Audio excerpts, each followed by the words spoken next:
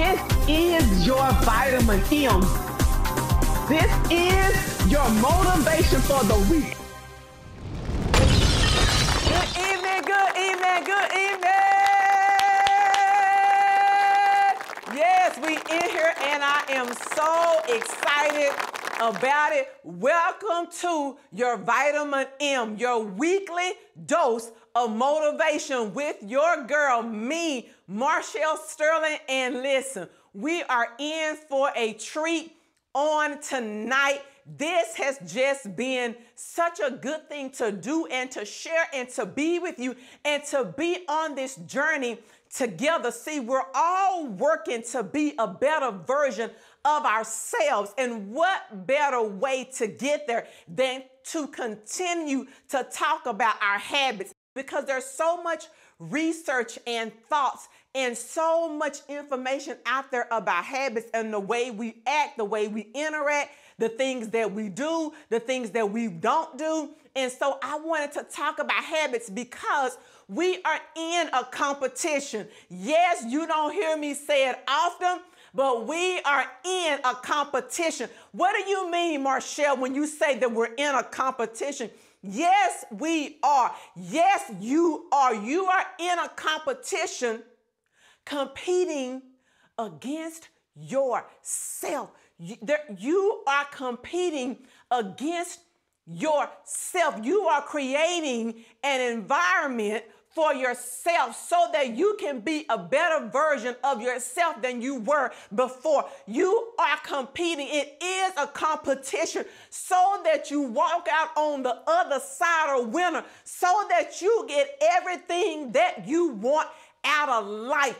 And how do you do that? You have to make sure that things are aligned, because I'm telling you that I love the topic of habits because I am a creature of habit. By nature, I like habits. I like routines. I like to do things intentionally because I like to know the outcome. And what I have to work a lot on is sometimes knowing that my habit or knowing that my routine is not going to always stay the same, that at times my routine can change. Those are the things that I have to work on. But to help work on that, I have to focus in on my habits. And when we think about habits, when we talk about it, remember, we are going to go back to the definition of what are habits. When we talk about habits, what is a habit defined as? A habit is defined as a settled or regular tendency or practice. I'm going to say that again. It is a settled or regular tendency or practice. It is something that is hard to give up. It is something that is hard to give up. It is a practice. It is a custom. It's a routine. It is a pattern.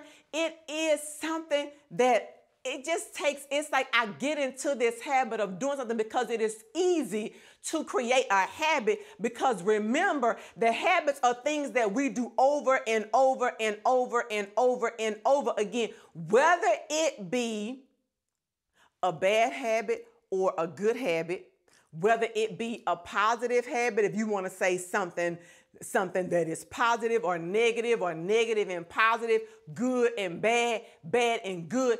If you continue to do something over and over and over and over again, it becomes a habit. Habits become something that turn on to autopilot. See, you don't think about getting up to brush your teeth. It is not a problem that you have to solve. The problem is already solved because you've already created a habit around it and you already know what you need to do. You don't have to solve that problem. You know to get up in the morning time and you go to your bathroom, your toothbrush is there, you pick up your toothbrush, you put toothpaste on it, and you begin to brush your teeth. That is a habit. A habit is something that you create for yourself that comes out of routine, that comes out of something that's on autopilot. You don't put much thought behind it. Brushing your teeth, sitting down in a chair, more likely when we go places, more than likely, excuse me, when we go places, I don't stop to look around to see if I believe that the chair is going to hold me. I'm on autopilot. The chair is there. I sit down, which makes it funny when we sit in a chair and the chair weeble wobbles and we all fall. And it said we all fall down. And when you go down, that's what makes it funny, because you walk and you believe that it is going to be able to hold you. I don't think about walking. It is something that I've already solved. It is something that comes, that is automated, that I do not have to think about. So what we want to dive into tonight, though, is our habits have to align. They need to be in alignment with where we want to go, because everything around me has to be in alignment. You cannot get where you want to go if the things around you are out of order and in chaos. You cannot get to your expected and intended end. And remember, I shared with you that highly successful people create habits, things that they begin to do. And research says that there are certain habits that highly successful people do. See, I have created a habit, or creating a habit, I should say, around my stutter, that when I get stuck on a word, like I just did, I am training myself to keep going and not to stop and not to panic, that it is becoming autopilot for me, where I'm training myself, Marshall, just continue to go, because you're probably the only one in the environment that even realized that you stutter in the first place. So I just continue to move on, because it is who I am. And when I am sharing, I want to share the real, authentic me, not the perfect me. I'm not perfect at this thing. I learn as I study, and I share my heart and those things that I begin to learn to do. And so when you think about highly successful people, remember we said that highly successful people are organized, they practice relaxation, they take action, they practice self-personal care, and they have a positive attitude. These are the common threads around highly successful people. Well, when you think about that, you transfer that into how do we be intentional and focused and purposeful and thoughtful behind our actions. And so on tonight, we want to dive into 7 actions or steps to building good habits. How do you begin to build good habits so that you can be among those that are considered the highly successful, those that when you create, you want to be a part of the 3% that research says that makes a goal and you actually attain it. There are 7 things that you are going to need to do, and that is eliminate triggers, reduce cravings, make a negative habit difficult or hard, uncover the root of the problem, adapt healthy routines, swap, which means trade out a bad habit for a better habit, and build intrinsic motivation. We're going to dive into these 7 steps as soon as we return. Marshall Sterling is available for your next event. Known for her energetic speaking style and down-to-earth teaching, Marshall has made a positive impact on her audience at every engagement. Whether it is a keynote address, conference, workshop, breakout session, or staff meeting, Marshall brings the same fire and excitement to every session. To bring the Sterling experience to your next event, scan the QR code on the screen, or go to www.marshallsterling.com.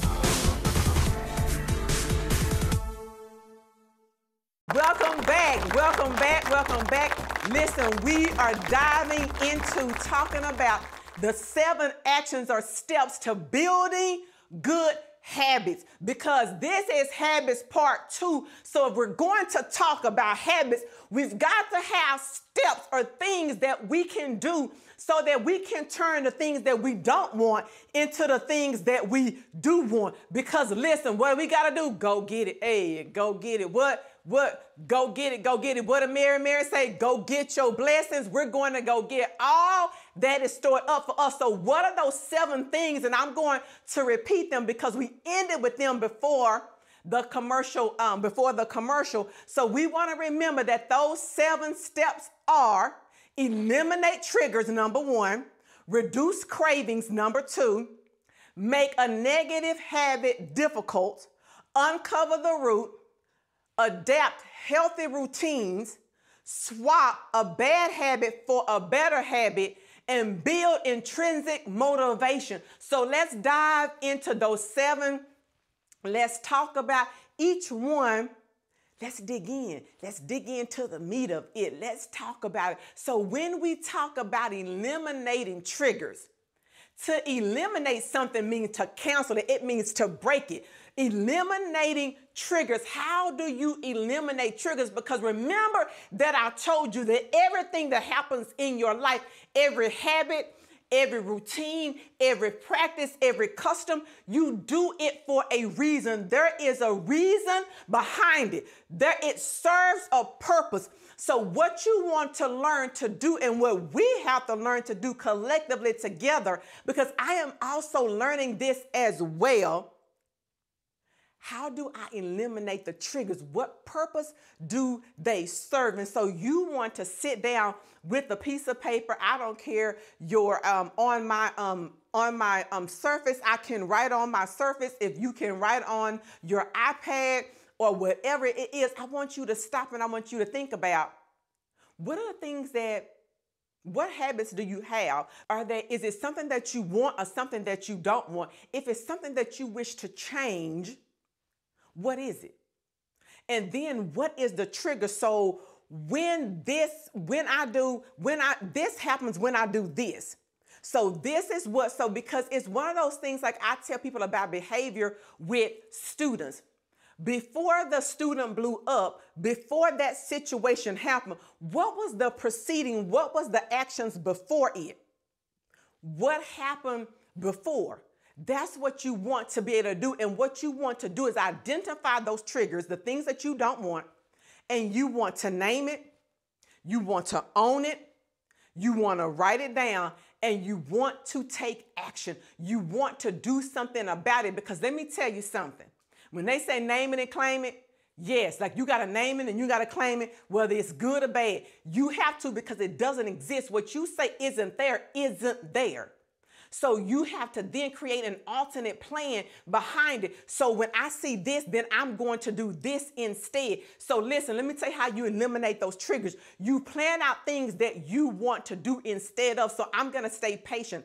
I'm going to keep being my real self. And so one of the things that comes to mind is if you are watching, because I try to watch news and step on kind of what's going on. And so if you think about the Patriots fan at the football game, when he was being yelled at by the Raiders fans, and they said that this was his first time attending an NFL game, he could have done something different, but he did not. He stood there. So he eliminated, at some point in his life, he's learned to eliminate the triggers. And so the trigger is the lady standing there yelling at him. And his reaction to the trigger was to stand there and just be quiet. That's how you do that. I'm not saying all of us there yet. I'm just saying eliminate your triggers, because I have things to work on myself.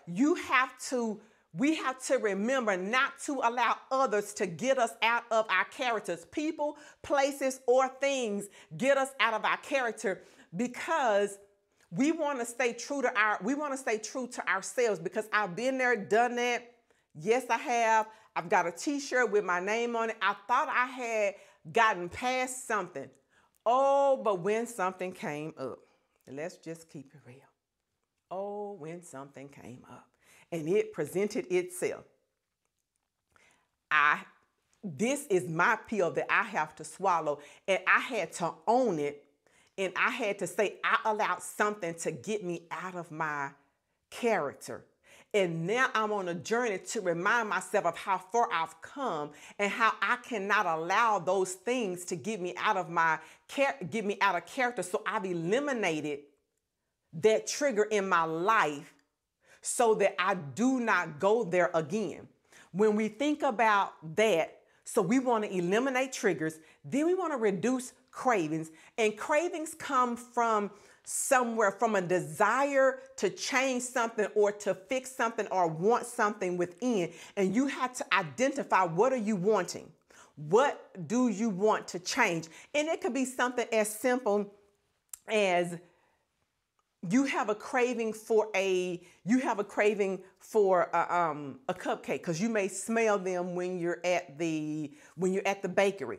And so you can do two things. You got to eliminate the trigger, which is, okay, A, I'm not going to go to the bakery. Then I can reduce, and then I want to reduce the craving because I'm going to replace it with something that is healthier. So maybe opposed to eating the cupcake, maybe I'm going to replace that with a better choice of maybe a fruit. So maybe I'm going to have apples and caramel, an apple and caramel together as maybe a healthier choice, or apple and peanut butter as an opposite choice of actually having the cupcake, because what I'm trying to do is reduce my cravings for it, whatever it is. Or I may limit myself. I may talk to myself and say, okay, I'm going to designate that 6 days a week I'm going to do this. And then on this day, I'm going to allow myself maybe a cheat day. So I'm going to define for myself when I'm going to allow myself to go there. You are eliminating the cravings and reducing the cravings, and replacing it with something different. And so I can take another example of biting my nails. What purpose does it serve? Sometimes it's stress. Sometimes it is just a nervous habit because I'm thinking about something and I'm trying to problem solve. And so what do I replace that with? It might be gum. It may be humming. It might be tapping. It may be going for a walk. It might be, if I am with my spouse, it might be holding my spouse's hand so that I no longer have that craving to want to go and bite my, nails, because it is serving a purpose. But I'm going to replace it and reduce it by replacing it with something different. But I can still have the same craving in a sense, but I replaced it with something else. So I've eliminated my triggers. I have reduced my cravings. And now I want to make a negative habit difficult. Make a negative habit difficult. How do I make a negative habit difficult? Okay, so this is a good one because I was laughing when I thought about it, because I used to practice this a lot and then I kind of got away from doing it, and I'm having to go back to do it again. When you want to make a negative habit difficult, you got to put up some blocks. You got to put up something. You got to say, hey, like, wait a minute, hold on. Put up a roadblock in front of it. And one of the things you can do is think about when I talked about the habit of hitting the snooze button, and then you mad because then you running around in the morning time like a chicken with your neck cut off, and you like, oh my God, I'm trying to run around and get up and get dressed. What if you took your phone and put your phone in another room, but you turned the volume up loud enough where you could hear it go off in the morning time? However, to stop yourself from snoozing, you put the phone somewhere where you have to get up and go get it. Now, mind you, you may be one that can go get your phone and come back and hit it and go back to bed. I'm not one that can do that. But if you make it difficult to do, that's what you want to do. You want to make that habit difficult to be able to handle or to do. So if it's spending, you may want to transfer your money out of your main account into another account so that it's harder for you to access the money.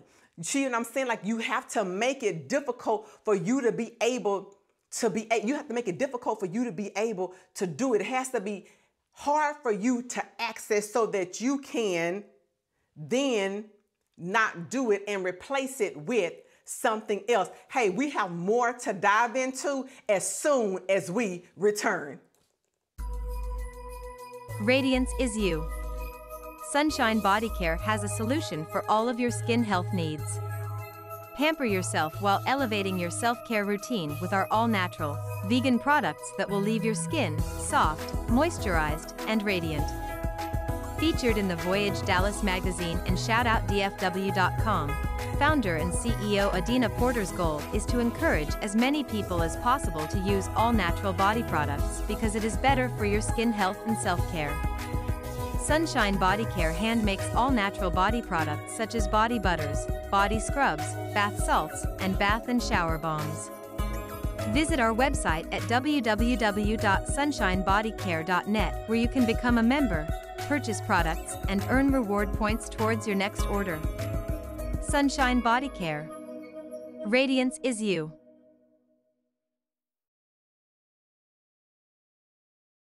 Yes, it is all about those habits. It is all about the habits. It's the habits for me. The habits are going to get me where I want to go. So we've already talked about eliminating the triggers. We're going to reduce our cravings. We're going to make negative habits difficult. Those were the first three. Now we're going to talk about uncover the root. What is the root of habits? Like, you create a habit and you have a habit, but why? And here we go with this why again. Here we go. You like, Marshall, we're going to talk about doing that why again. Yes, if you want to sit down and do the 5 whys and you want to go and do the why practice to uncover the root of it, you need to get down to the heart of why you do what you do. And we all do it. And I say you, but when I say you, you know, I mean that we are diving into that together because we're walking along this journey. I want to know, why do I do certain things in my life? And sometimes that also means, and so I'm going to plug in right here, that there's nothing wrong with, we need to take the stigma around or the negativity around going to a therapist or therapy or a psychiatrist or a psychologist or somebody to go and talk to a trusted friend, talk to your pastor. You want to be able to get you some people in your corner that are going to root for you, but they're also going to be honest with you and tell you the truth, because you need to get to the bottom of, why am I doing what I'm doing? Because you want to get yourself to the next level. Because if you have to eliminate the triggers, if you have to reduce the cravings, if you have to make a negative habit difficult to access, you are going to have to, right in the center of that, is uncover the root of it. You got to get to the bottom of, why am I doing what I'm doing? Because remember, every habit, whether it's good or bad, is serving a purpose. And so your watching the show in Vitamin M serves the purpose of keeping you inspired and motivated to ensure that you are able to get to the next level. See, your success is tied to me. We are all interconnected. And so you want to sit down with yourself at a quiet time, and you want to do this over and over and over and over and over again. This should become a monthly, a weekly, a 3-month, a 2-month, however you want to do it. Sit down with yourself and always think through your habits and uncover, because you may stress eat. And so it becomes an, if this happens, then I do this. You want to do that now so that you're able to uncover and identify and get to the bottom of the behavior of why you are doing whatever it is, because the uncovering the root helps you to do the other 3. Once we have uncovered our root, what we want to do is we want to adopt healthy routines. And what are routines? Routines are intentional. It is intentional things, practices that we do. It is something that we do regularly, and it is intentional. So you want to adopt a healthy routine. See, when you begin to get down to habits, it makes no sense to do all of this work and then to identify a habit and then replace the habit with another bad habit. That doesn't make sense. You want to replace the habit with healthier routines so that they become a habit and something that becomes automatic, that you just do automatically. Eating healthy, getting up and walking, exercising, drinking your water. Listen, making a plan. Reducing the amount of money that you spend. I don't know, you may drink another beverage of choice, not mine. Hey, I'm not judging. I have no room to judge anybody. Let me just tell you, I don't judge nobody. I'm just saying, if you want to replace it and reduce that, you want to replace that with a healthier routine, with a healthier routine. Another one that number 6, what you want to do is you want to swap. And swap is an exchange. So we're going to exchange, exchange. I know I go off on these tangents. Yes. You're going to swap a bad habit for a better habit. Swap a bad habit for a better habit. That's all you got to do is play the swap game. You already have something that you do. So I'm going to set my alarm in the morning time, but I'm going to swap it out by moving my phone to a better location so that it causes me to get up. That's what I mean when I say swap. When I say swap is I may decide to swap out this time. I'm going to swap out my cookies for something, for a healthier choice, for something totally different. I don't necessarily have to altogether stop, but I want to exchange it for something else. See, I want to exchange staying up late with a healthier choice. And then the last thing that I want to do, and we're going to round out the night, and that is build intrinsic motivation. What is intrinsic? Intrinsic is internal. It means that I don't need, and it's not that I don't need, I'm not 100% set on external factors to get me to go where I need to go. So I'm going to say that slower. Intrinsic is internal. It means that I'm not 100% depending on external factors to get me where I need to go. I'm going to then know where I need to be and build things in my own self that tell me to get up, to get moving, to do something with my life so that I can achieve the things that I want to do. Listen, I hope you celebrate with me. There's lots of celebrations that are going to be continued this month. Listen, we have talked about habits part 2. I'm sorry, but this month is my birthday month. It's a birthday. Hey, it's my birthday. Hey, it's my birthday. So I hope you celebrate with me on this month. This has been your Vitamin M for this week. I love you. I appreciate you. And have an amazing week.